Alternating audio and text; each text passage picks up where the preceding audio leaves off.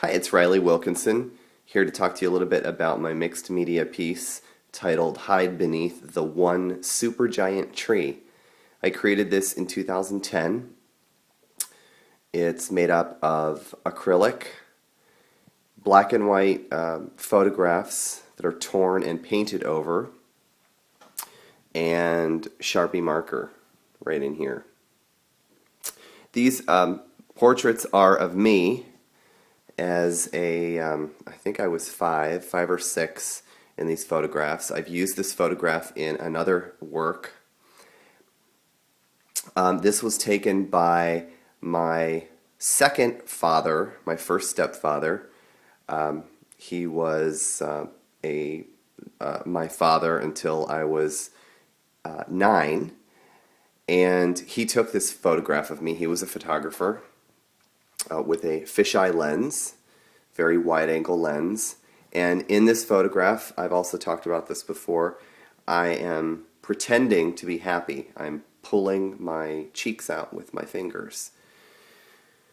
As you can see, I've kind of painted over my eyes because during this time, I was really not in a good place as a child for most of my childhood until my mom remarried to my current father, Andy.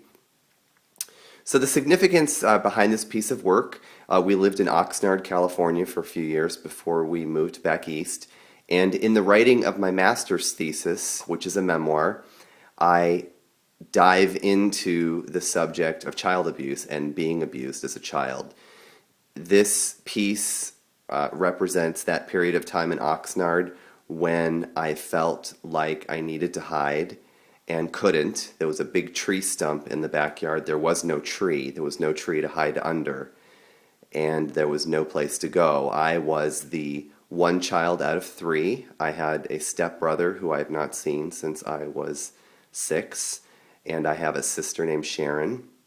I have another sister named Cindy who was not part of our lives at that time. But I was the one child who sort of faced all of the, I don't know, torment, I guess, or most of it.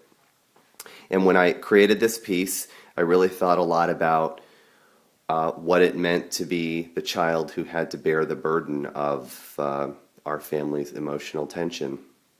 So there you have it. That's the story behind Hide Beneath the One Supergiant Tree. It measures 16 by 16 inches. It's acrylic paint, black and white photographs, and Sharpie marker. Thank you very much for taking the time to watch this.